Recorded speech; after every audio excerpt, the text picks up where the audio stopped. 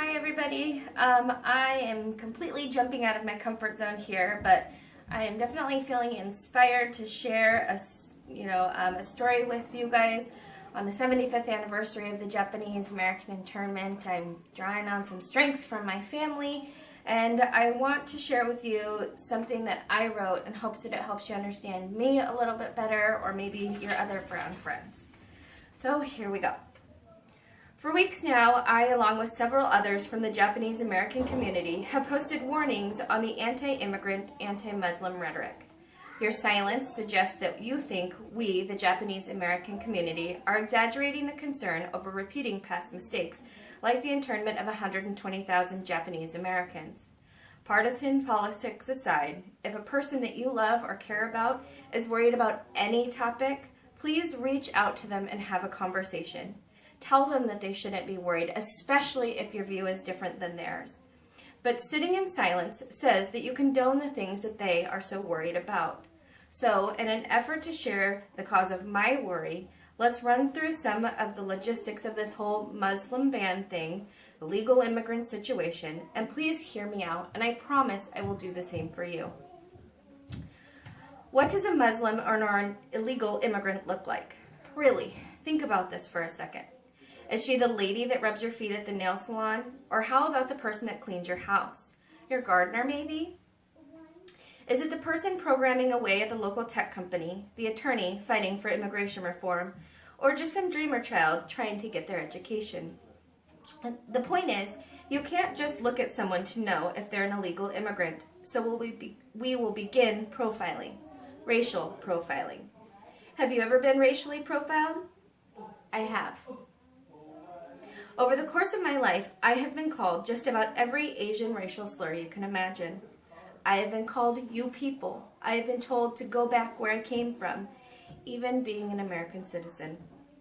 I can tell you from my personal experience that these hateful words cut like a knife and stick with your soul for a lifetime.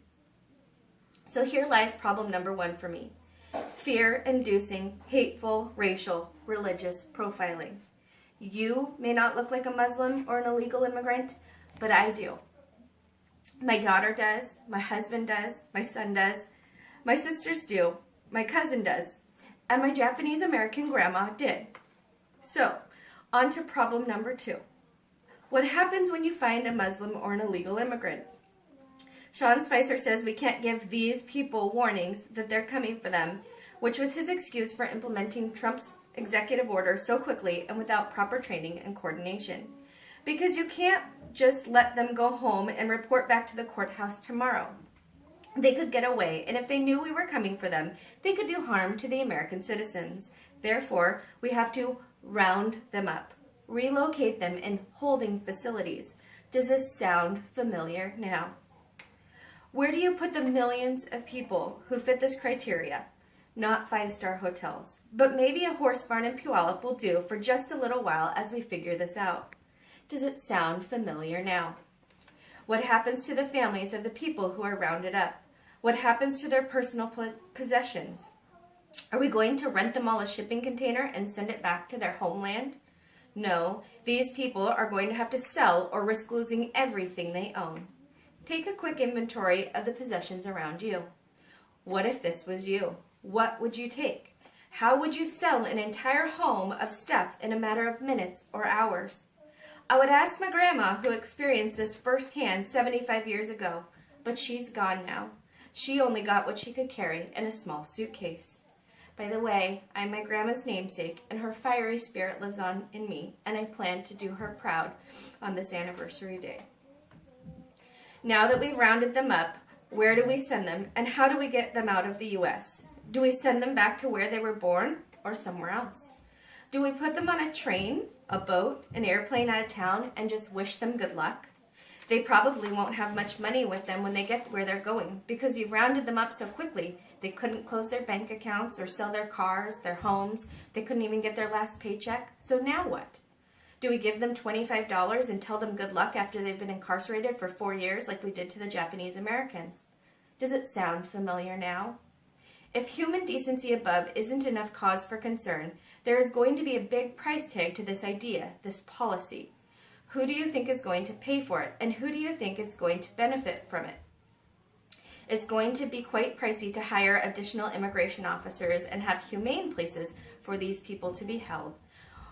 We're going to experience the loss of potentially millions of jobs these individuals held if the estimate that Trump has on illegal immigrants is accurate. So even while he's creating thousands of jobs across this great nation, they'll be offset by the thousands, if not millions, he's suggesting we deport. The point of all of this is there's a better way, a path to citizenship for those who are here. We have attorneys coming out of the woodwork to offer their free services to help people obtain citizenship. Stop forcing these people into the shadows with your threats of ripping them away from their home, their families, and their loved ones. Dr. Martin Luther King taught us that darkness cannot drive out darkness. Only light can do that. Sure, we can do a better job at securing our borders, reforming immigration to slow the influx of illegal citizens, but mass deportation is not a reasonable solution. It's not even an economically viable solution. But what do I know? I'm just a Japanese American citizen whose family is one of the 120,000 who have learned this painful lesson firsthand. So maybe I am just overreacting.